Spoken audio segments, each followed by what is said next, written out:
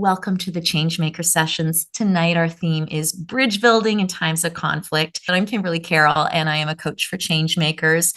So, my job is to help those who are working to make the world a better place with the inner work, the habits, and the strategies to take you and your really important work to the next level. Okay. And so most of us as change makers are probably flirting with the role of bridge builder as well. It's kind of a natural hand in hand thing.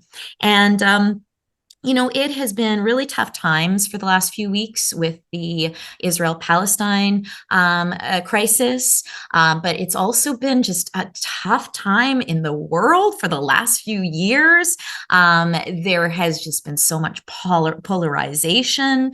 There has been, just these sort of alternative truths. There's been a lot of sort of gotcha mentality. I want to, be right no matter what, and I want to make you feel stupid while doing it.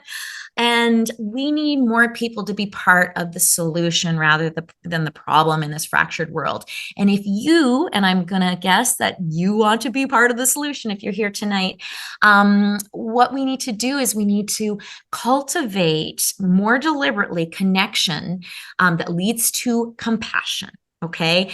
And basically, folks, we need to train more deliberately in being bridge builders. So tonight this is not going to be the unabridged version of being a bridge builder. No, that's funny. Unabridged bridge builder. I'm a little punch drunk tonight. How can you tell? But what we're going to do is we're at least going to help you to get into the mindset of it and the heart set of being a bridge builder. Okay.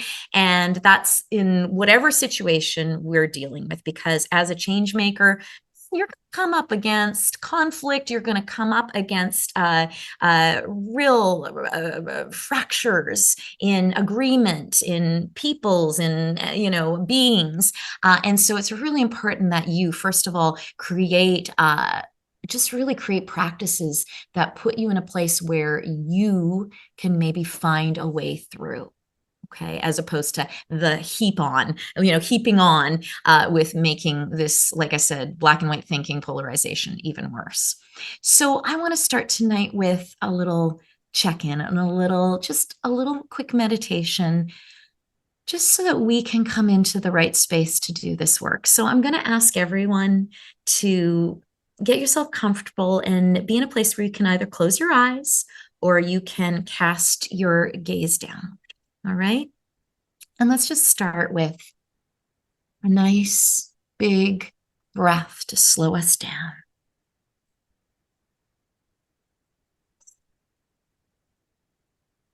And I really like to just kind of see where we're at, from the day that was and how much we're holding. So just sort of feeling into all of the energy that's sort of jumping around in your body, or the fatigue that's maybe weighing your body down, whatever is happening in your body that might not be contributing to the best sense of aliveness, focus, and spaciousness that of here tonight. I'd like for you to just take a deep breath into all of that stuff.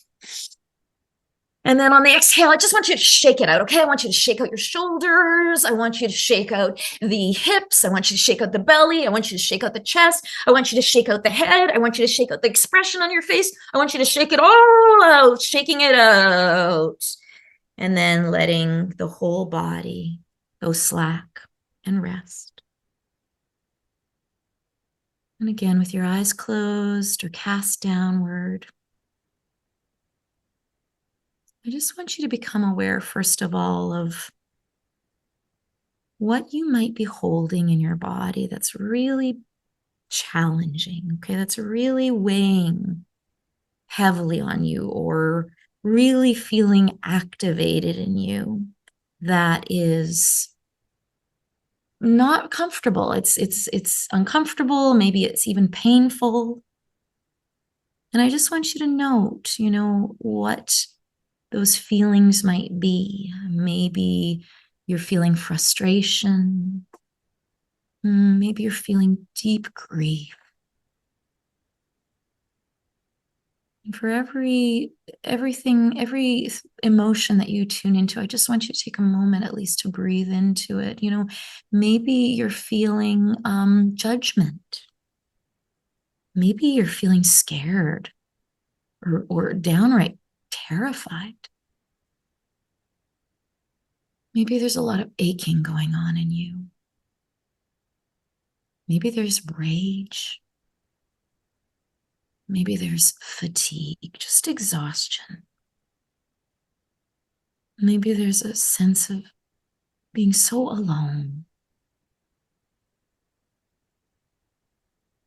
Whatever you're picking up on, honor it by giving it some space and breathing into it.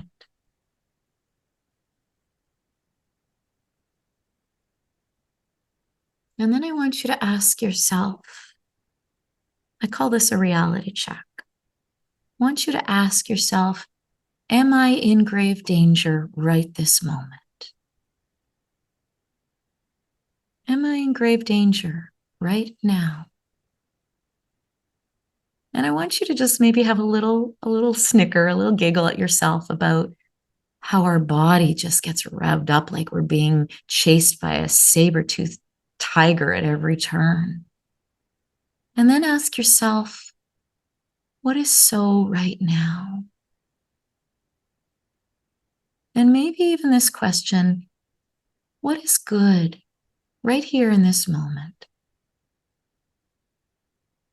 So you might tune into the fact that you're in a warm place, it's cold outside. Maybe there's some relative quiet. If you're lucky, maybe you have a cat nearby purring. Maybe you know there's a beautiful big tree just outside your window. Maybe you can hear kids, yelling and playing as they walk down the street.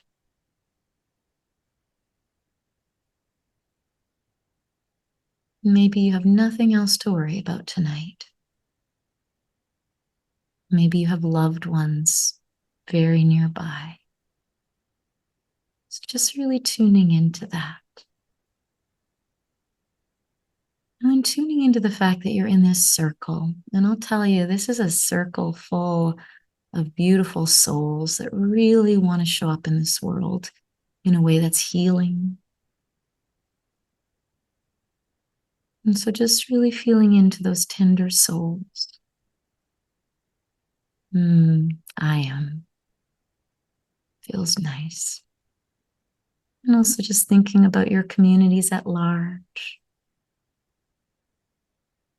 Ways you feel connected to others in your life, human, non-human. The way you nurture each other.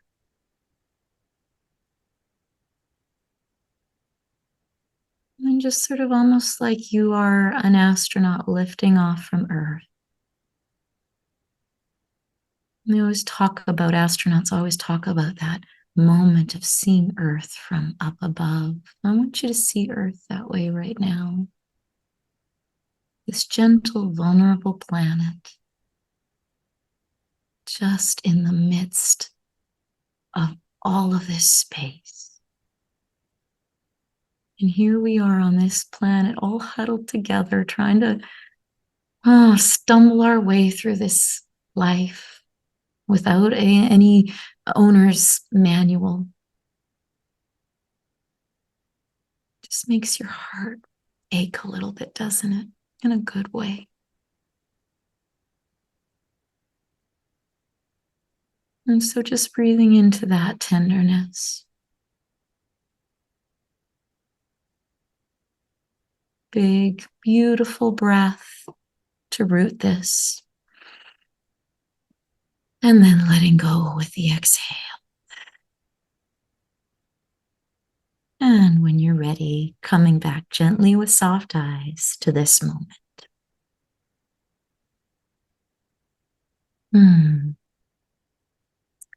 So I hope that brought you into just a little bit more spaciousness, maybe just a little bit more centering. Honestly, what we just did is one of the most important pieces to being a bridge builder. And that is just to find our grounding, our center, our sort of intrinsic connection to all. Um, if you have any impressions that you want to share about how that was or what that brought up for you, please share it in the chat. I'd love to see.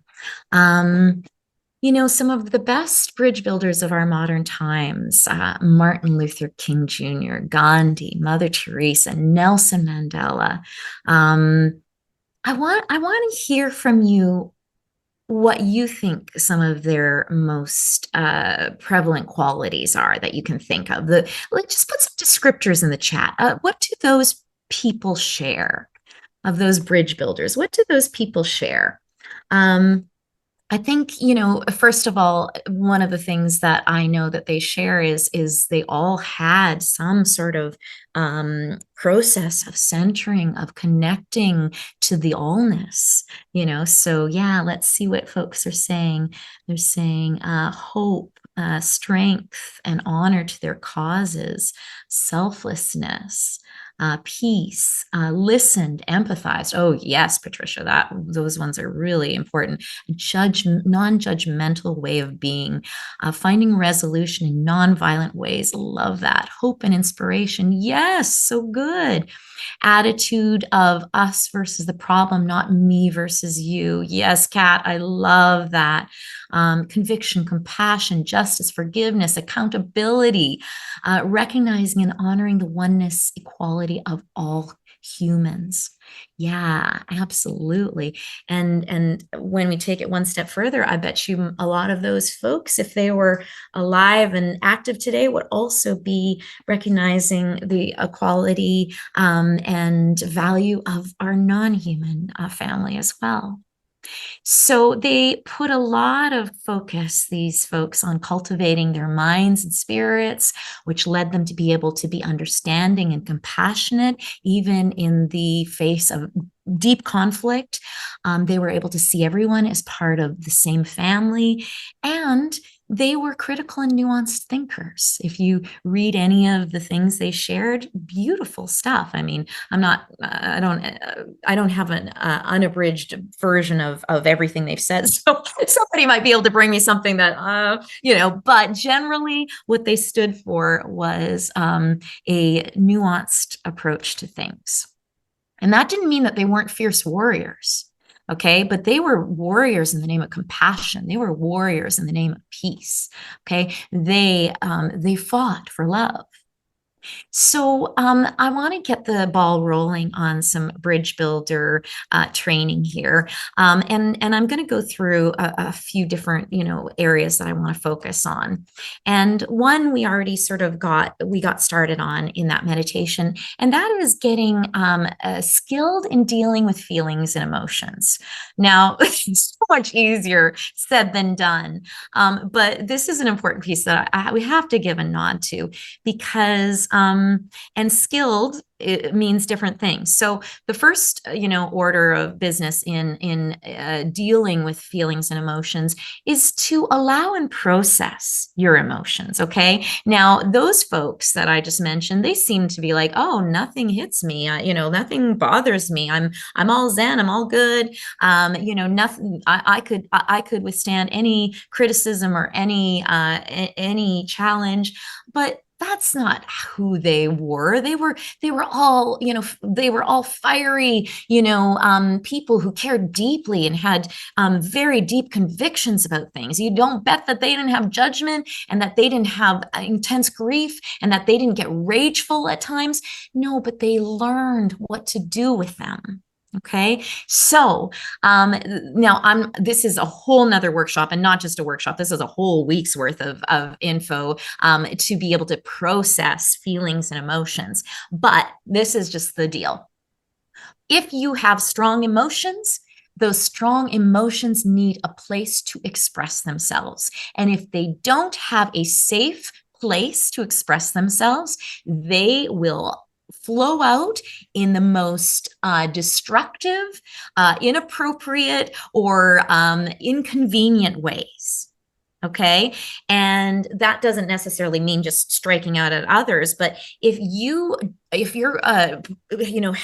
taking in a lot of pain and you're just pushing it down, pushing it down, pushing it down, I mean, it can also cause you all sorts of problems, depression, anxiety, just starting to numb yourself out, isolation. There's so many things that happen when you have intense emotions that you don't have a way of processing. Okay. And then, of course, we have been witness to a lot of how those repressed emotions or unprocessed emotions can play out. They play out in striking out at others. Okay. They play out in warfare, warfare of words, warfare of ideas, sometimes physical warfare. Okay. And so it's so important that as change makers, you have something to do with you have ways of processing your pain. Now, I have done an entire Changemaker session on this. Kirsten, maybe if you don't mind taking a look to see if you can drop that link in the chat. So I highly recommend, if you haven't done this or you haven't done any of the pain processing work with me, that you do this. But I'll give you just a couple of thoughts to start with. Okay, so you know how at the beginning of that meditation, we breathed into the stuff that was rolling around in the junk, and then we just shook it off, like we just let it sort of express itself in the body, and we felt it, and then we sort of moved through it. Movement is huge for processing pain, huge. So whether it is just like breathing it in and then shaking it out, whether it is really feeling it in your body and then like pulling it and like throwing it away. Sometimes I like doing a full-on adult temper tantrum, okay? A conscious temper tantrum. I'll choose music that really amplifies the feeling I have. Like if it's grief, I will put on the saddest sack music. If it's rage, I'm getting Rage Against the Machine out there for sure. And I put on some music and I just let myself feel that for a minute. I let myself, scream, or I let myself fall to the ground and writhe around. I know it sounds dramatic, but these emotions are big and they sometimes need a big expression. Okay. And so you can do it with music, or you can just do it if you're out somewhere, let's say, and there has been an exchange that's happened and it's brought up so much in you. Stop. Do not act out. Do not go forward with yourself activated, being reactive. We do not need more reactive people in this world. Okay. We need people who feel and process it. Go get yourself into the bathroom and just feel where it is in your body. Like literally figure out, where is it? Is it in my stomach? Is it in my throat? Is it in my heart? And breathe into that. And then just really express it. Okay. And so, and again, it's like that doesn't just work for rage. It works for some of the more gentle emotions, like grief, like exhaustion, like hopelessness. Okay. It's just a matter of allowing yourself to feel it in some sort of movement, and then very consciously allowing it to move through and out of you. Another thing I really love doing is I love just doing a mind dump. Okay. Taking your pen to paper and for 5 minutes, just writing whatever it is that is in you, in your mind, in your heart, in your stomach, and just writing. No worrying about grammar, spelling. I can't even read half of my mind dumps. Okay. Anybody who knows my writing knows why.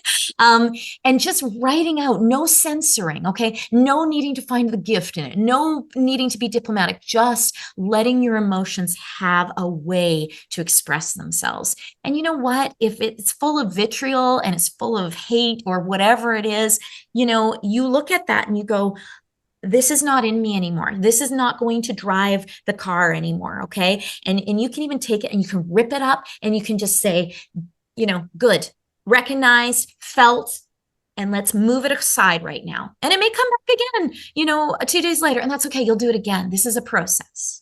All right. So again, check out my What to Do with the Pain Changemaker sessions if this is intriguing and you want to hear more and learn much more about that. But I just at least wanted to touch into this because we know, folks, it's such a cliche, but it's so true. Hurt people hurt people. Okay, that's what happens. When you are in pain, you are likely to cause more pain. And so one of the first and most powerful things we can do to be a bridge builder is to make sure we're not one of those people in pain that keeps passing the pain on. Okay? It's a real amazing form of activism just to make sure you've got yourself okay by the world. Okay. So processing the feelings. And that is one of the things that I really need to acknowledge in this processing of feelings. One of the feelings that's come up a lot, I've heard about a lot, is grief. Okay. In the meditation, I said, are you holding grief in your body? And grief, if we are not allowing space for our grief, either by writing about it, moving about it, talking about it with people you trust, it will shut you down. It will break you. Okay. We can't fix grief. We can only allow it. Okay. We can only allow it. And the thing is, with grief, though, we need to allow it and we need to move through it. It's kind of like when we want to be of help in the world, when we care so much about beings, and we want to we feel like we should be there, down, a mess on the floor with them, right? And sure, we do need to have empathy and we need to have compassion, but it would be like if you were to find somebody in a really deep hole, okay, like super deep hole, if you went and jumped into the hole with them, you'd both be fucked. Okay, it's a nice thought, but you'd never get out. Okay, what you do is instead you're like, oh my God, you're in the hole. Oh my God, I'm so sorry. Okay, let me help you.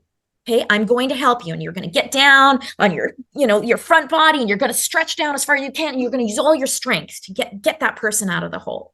Okay, so if you're not grieving, if you're not creating place to grieve, you're going to end up jumping in too many holes with people. Okay.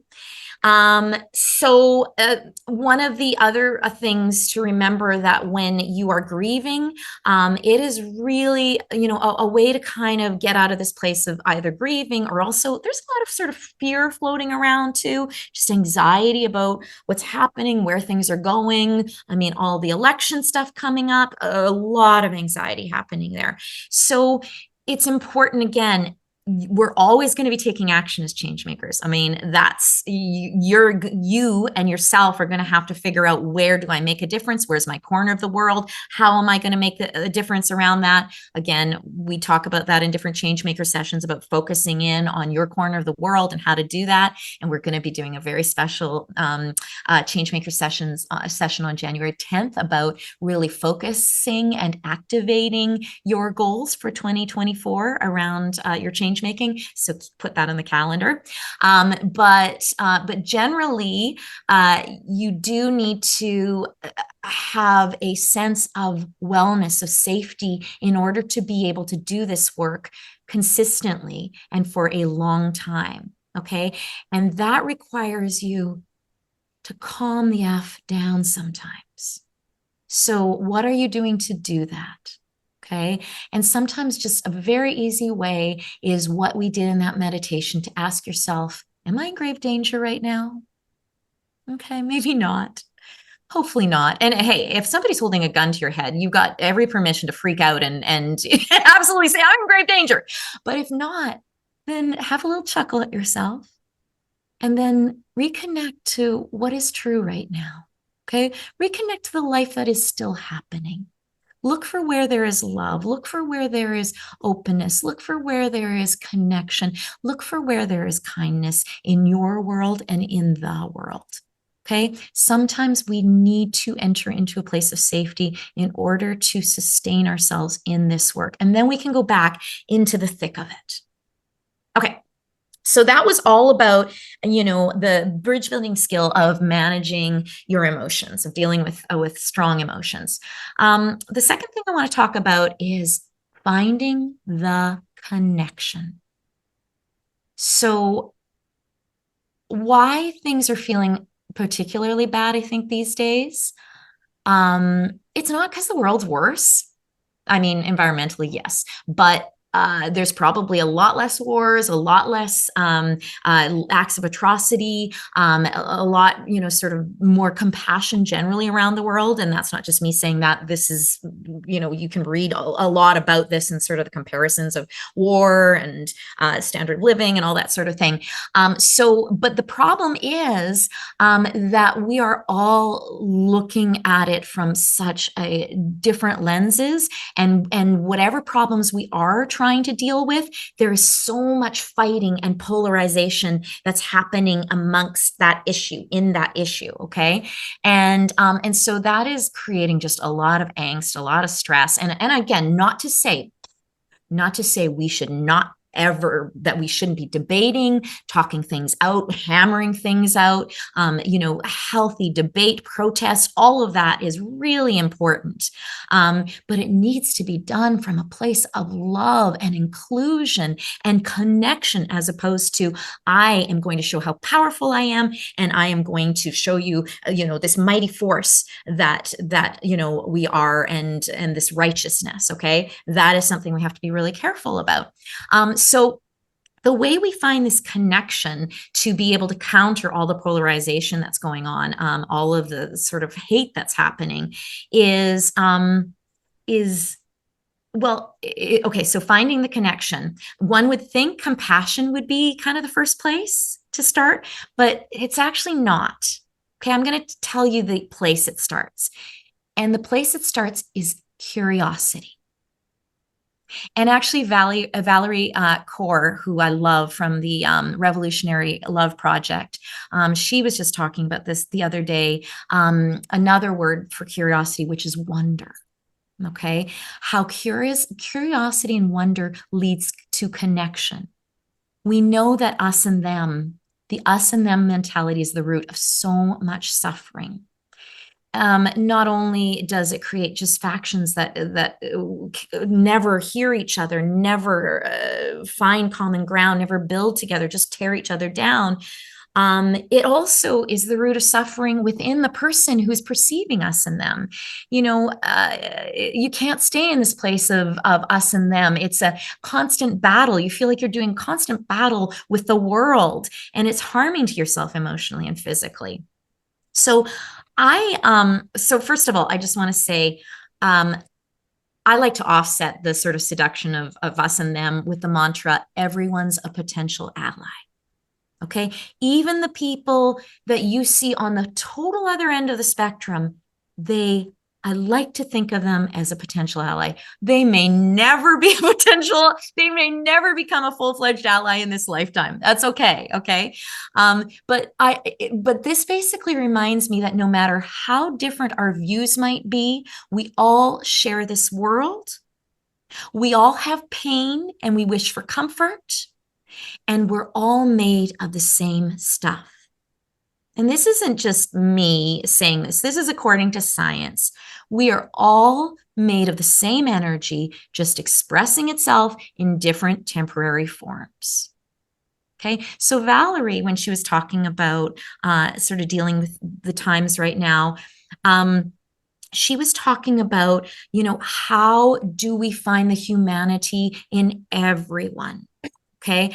And what she suggested was a little mantra that said, when you face somebody that you might regard immediately as an opponent or see as an opponent, to say to yourself, you are a part of me that I do not know yet. You are a part of me that I do not know yet. Folks, when anyone hurts, the world hurts. Okay? This is not your pain, it is our pain. Okay? As long as any of us are hurting, this being that we all are, this everything that we're in together, is hurting. Okay. And in some way, in some form, it hurts us. Whether, I'll give you an example. So you might think, well, me pissing off this conservative, dude in Alberta, it's not gonna, it's not gonna hurt me in any way.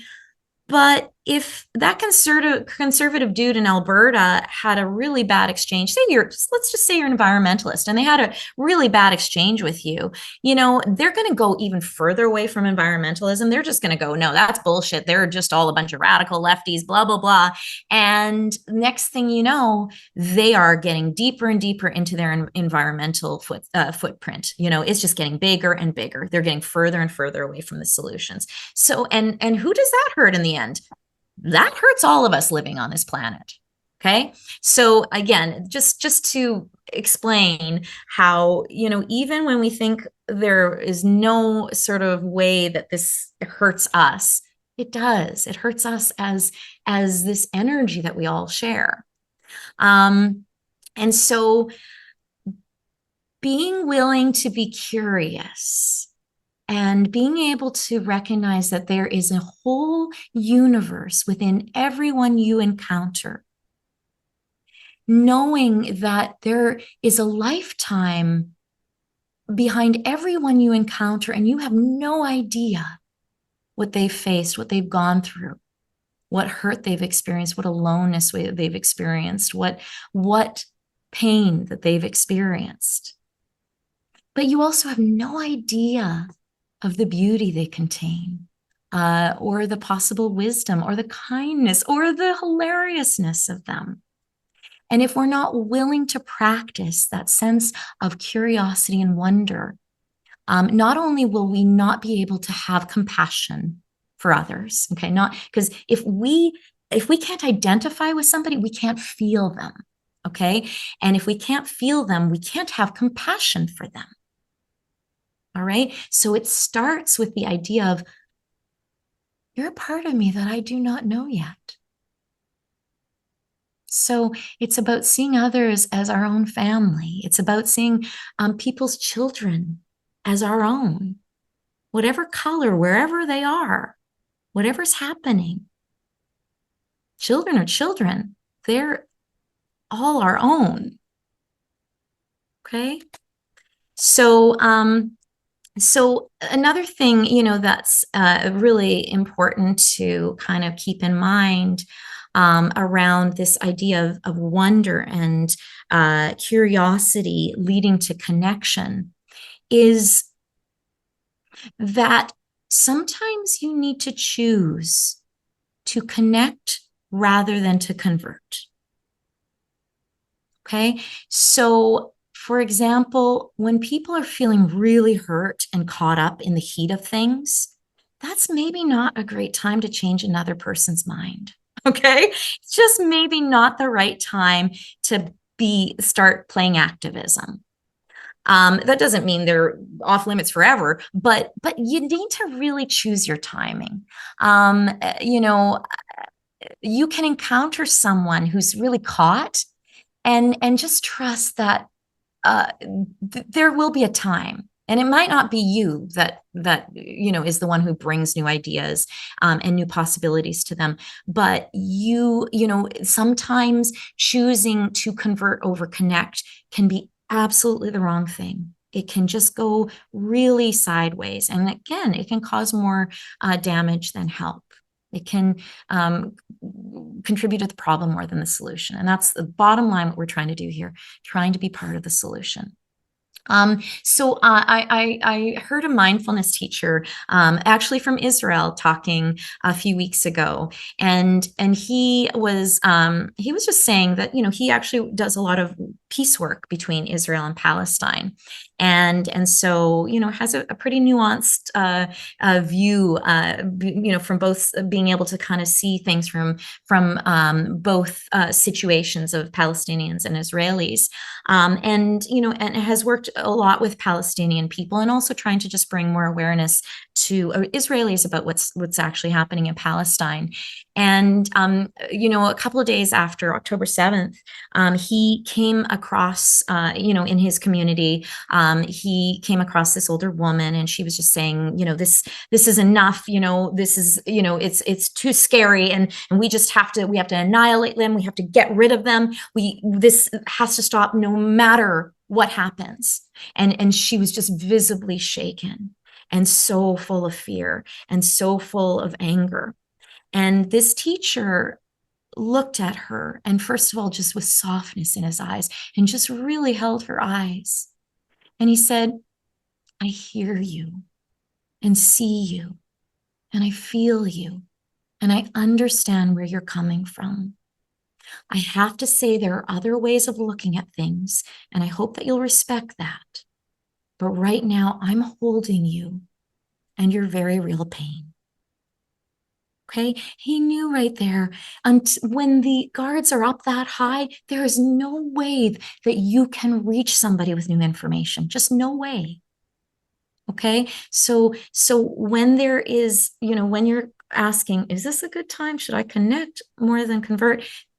It's a good time to connect. Okay, and to just always remember, what's the universe going on inside of that person? They might not even know what it is. But as bridge builders, it's our job to try to figure it out, or at least have some idea. Okay, the next thing I want to move on to in the training of bridge building is critical thinking. Okay, now, if we properly educate ourselves on something, we are much less likely to do harm when we speak out about it. And the possibility that our words and our sharing will be more effective, okay, if we have a good grasp of subjects, okay, if we've spent some time on things. This is where the problem is. Educating ourselves in this day and age can be incredibly challenging. The reason I'm talking about this step after the connecting step is if we're too identified to one viewpoint, we will unconsciously migrate to materials that confirm our own bias, that protect our own interests. Okay. It's so easy to be in a bubble these days. Every digital source is going to do that. Okay. It's designed to keep us in a bubble. And then, so make sure that you're not in a bubble everywhere. That's why I really like to have a big variety of friends. And, some people ask me, why do you not unfriend that person? They obviously have white fragility, or why do you not unfriend that person? They're such a, voracious meat eater, and whatever it is. I'm like, no, I need to, well, not only, do I want to be able to reach people that, don't have the same ideas of me? What's the point of, singing to the choir? But also, I need to know what people are thinking. I need to know where they're coming from. I need to understand. If I'm going to build, a better world, I need to understand what are the pieces that are chipping away at it. Okay, I really need to understand people and attitudes and ideas better. Okay. So, I'm not saying if you're on social media just to, connect and have a nice time, and please unfriend whoever the hell you want. This is not a hard and fast rule. I'm just saying, for me, that is one of the ways that I keep my sort of keep from going into too much of a social bubble. Finding unbiased materials can be very hard, and can take a lot of research, and just really being able to watch, okay, what's the source of this? Where is this coming from? Do they have, what kinds of agendas do they have? Just, really just kind of the basic things. But also it's can be very helpful to go to people that you trust on a variety of other issues to see where they stand on things. there are just some people in my life that I just know that they generally land on the right side of an issue. Like they just land on a really good, solid, part of an issue. And so I tend to go to them and go, what are you thinking about this? Or if I don't know them personally, what's happening? I read their newsletter, what's happening? But another thing is to check out opposing news sources. So check out something that's really right wing, check out something that's very left wing, see if there are any commonalities. Okay, then we can at least start with that, and then we can build from there. Or we can see sort of where things really go south with sort of either side's perspective. Another thing that I love is really going to people who have experienced various perspectives or both perspectives if you're talking about two sides of something. So, for example, a former farmer. Okay, a former animal egg farmer is one of the best people, for people that are meat eaters or not yet vegan to listen to, because they're like, oh, you've witnessed it, you've been a part of this, and you're speaking out against it, right? And so that is, it could be again an Israeli who is with a peace organization, or a Palestinian who works, with an Israeli-Palestinian peace organization. It could be a police officer who advocates actively for mental health response units. So he or she have seen how regular sort of law enforcement works, but are advocating for something different. So this can, finding these kind of sources can be very effective for breaking through bubbles and those set identifications that we have. Carl said, The Economist, which I think is quite unbiased. Yeah, they do really thorough reporting. Yeah, I'd be curious to hear, if anybody, would like to chime in the chat if they have found sources that they find, really great and generally really sort of reliable, more unbiased sources of news. There's not many out there, folks.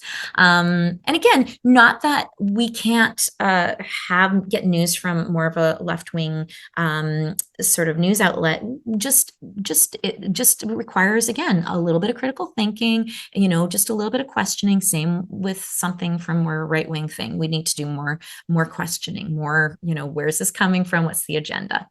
Okay, let's move on to a very closely associated one to critical thinking, and that is a nuanced approach.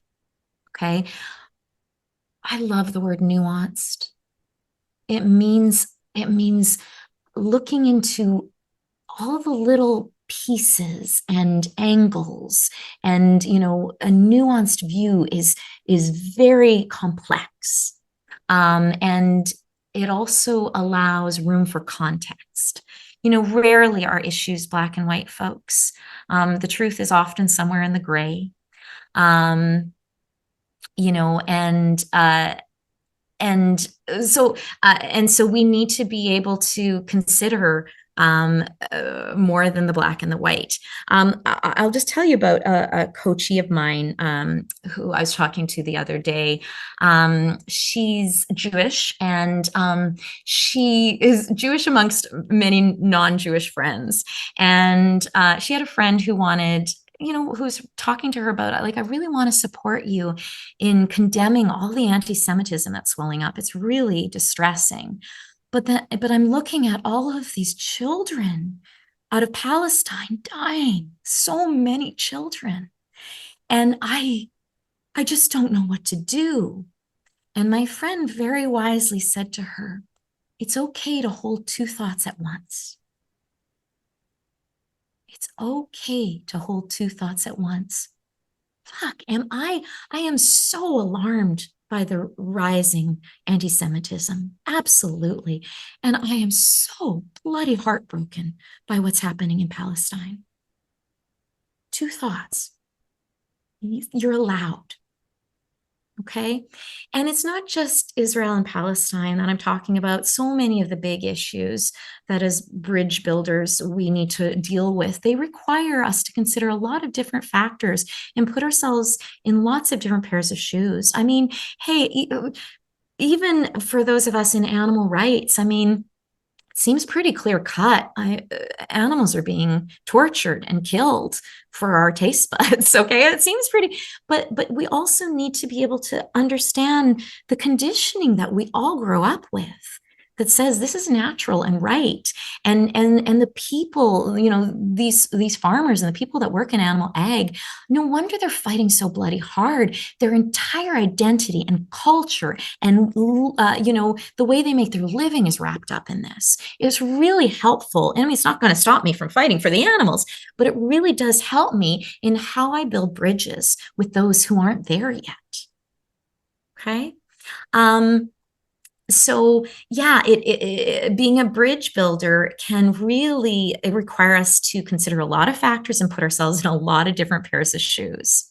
And even you know, even when there is something indisputably bad being perpetrated, a nuanced thinker also considers the context in which things are happening, and we do not create monsters. Okay, this is so important. Do not monsterize people. Okay. This negative labeling that we do, that they're evil, you know, they're, you know, horrible, they're cold, they're, you know, they're stupid, they're whatever it is. It plays into this idea that we're fighting an attacker constantly, a monster. And folks, as long as you have a monster in your life, as long as you have monsters in your life, you're going to feel disempowered. Get rid of the monsters. You know who the monsters are? The monsters are people that have been so brainwashed and programmed into hurting. Okay? The monsters are people who have never gotten the right information. The monsters are people that feel so broken down that all they can do is respond with violence. These are our so-called monsters. And it all comes down to pain at the end of the day. And that's not just in the big scale, that's in the day-to-day scale. Okay. When you other somebody near you, when you feel like they're acting like a monster, I really need you to check in. What is the pain they're going through?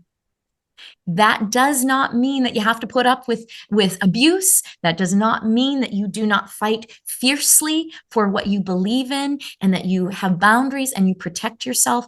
But we do this from a place of soft understanding in our hearts that everyone is doing the best they can from where they're at.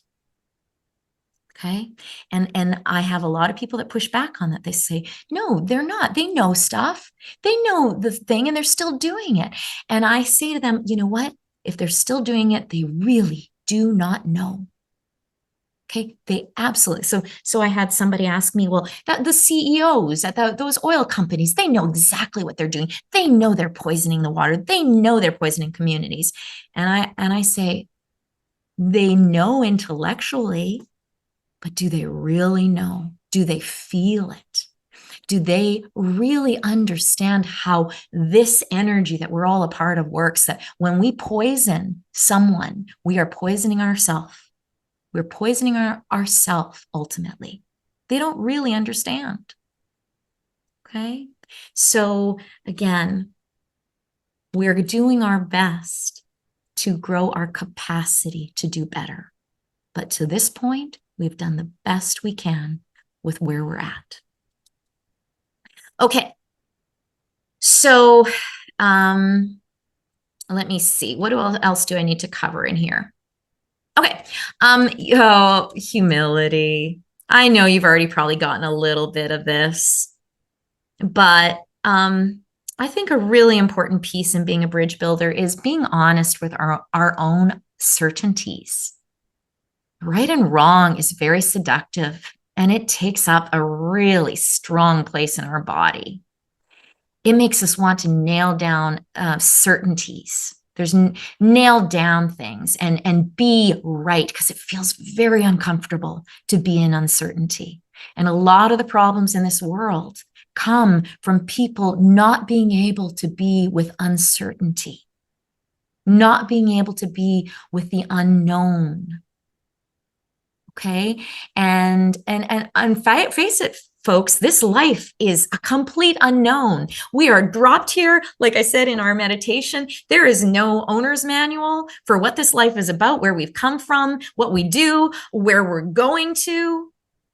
Nothing.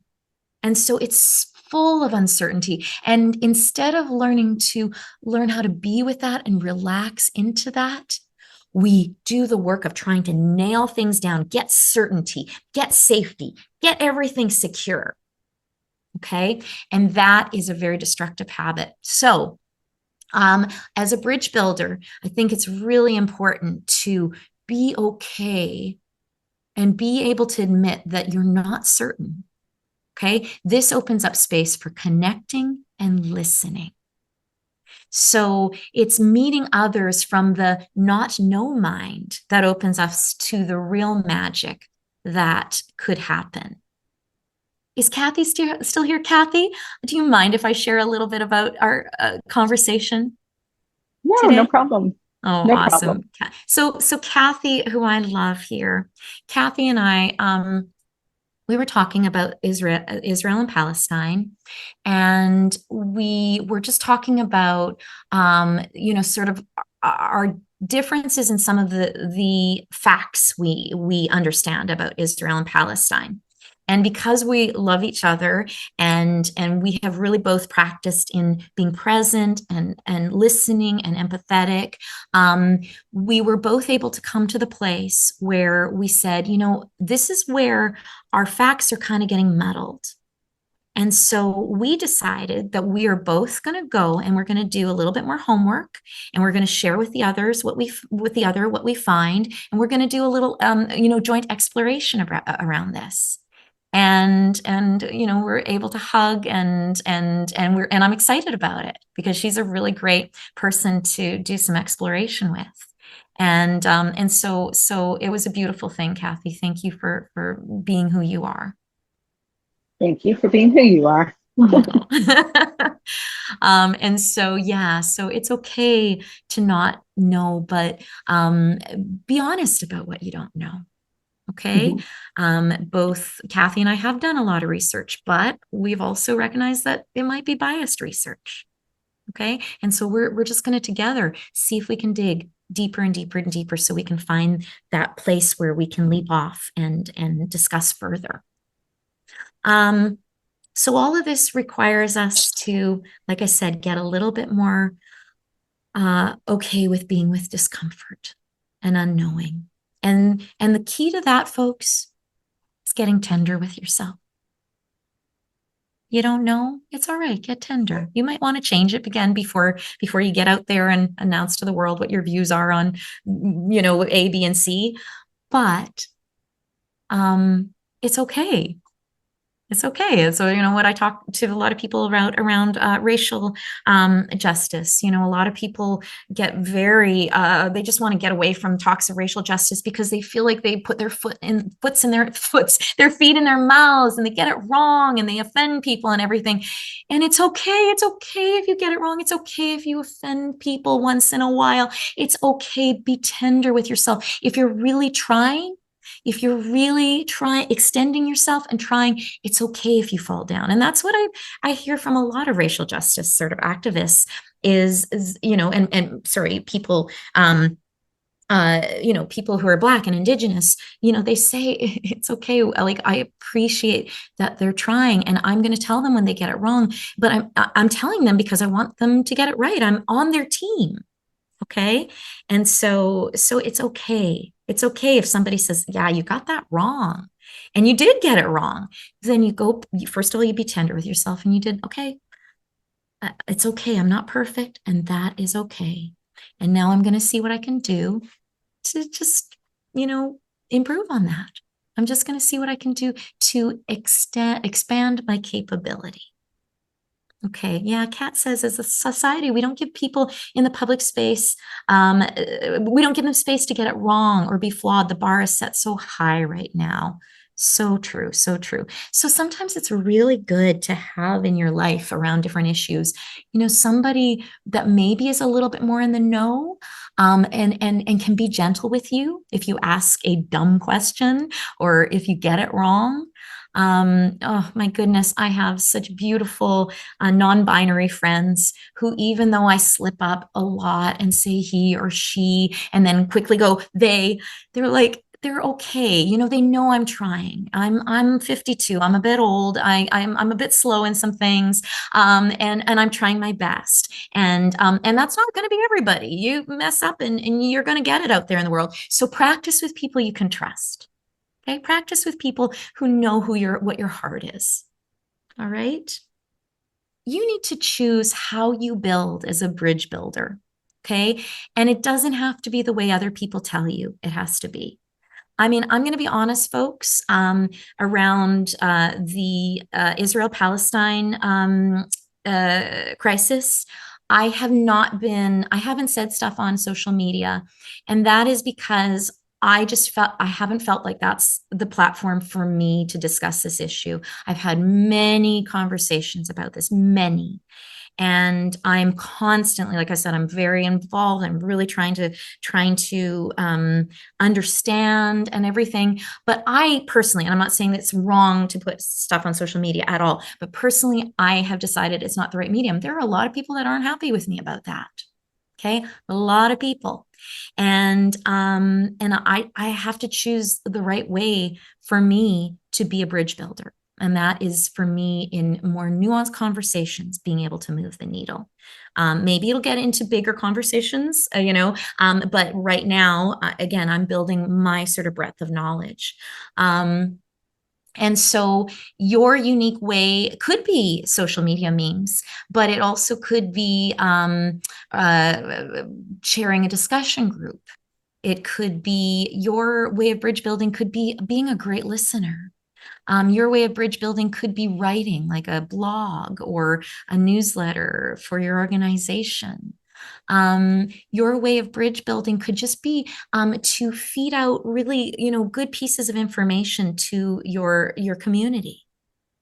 So there's so many ways, my dears, of being able to bridge build. You decide what that way looks like. Okay. And like, again, I am I am an activist and I am a protester. I get out and I march a lot. I can be loud. I can be fierce. I can be in people's faces. But I generally, again, it comes from a place of love, and I try to be very strategic about it. So it really, it's about who you are, who is around you, who you have the opportunity to reach, and that should dictate how you build and the ways you build. All right. So, and again, I have just shared what's right for me, that I am not dictating at all what should be right for anybody else. Just really wanted to share one of the struggles I'm having. Sometimes the building part of my bridge building is to get out there and do seminars where these are the facts and I'm going to lay them out, and this is the action to take and I'm going to lay them out. Okay. And sometimes my bridge building is just really listening. Okay. All right, my dears. I would love to hear really quickly in the chat before we all disperse, if there was something in particular that resonated with you from tonight, something that you're really going to sort of hold close and try to practice or try to remember. I'd love to hear. I always like to hear what resonates. And while you're doing that, I'm just going to let you know, in 2 weeks, December 6th, we're going to do our Changemaker sessions, the last one of 2023. I'm trying to decide whether it's going to be getting more done, boosting your productivity, or appreciation as a tool for building resilience. So if you have a preference, put productivity or appreciation in. I would love to see it. So I thank you so much, everybody, for your lovely. Can you all come off of mute and so I can hear your voices? Thank you all. And I know we went way over. It was a big topic, and I really appreciate your love, your nuance, your, being able to take it all in. I certainly don't. Appreciation came up big. Awesome. Okay. We're doing appreciation. That's it. We're going to do it. Kat, it's good to see your face. Thanks for coming on. Thank you all for being beautiful change makers in this world, and now bridge builders as well. How you feeling?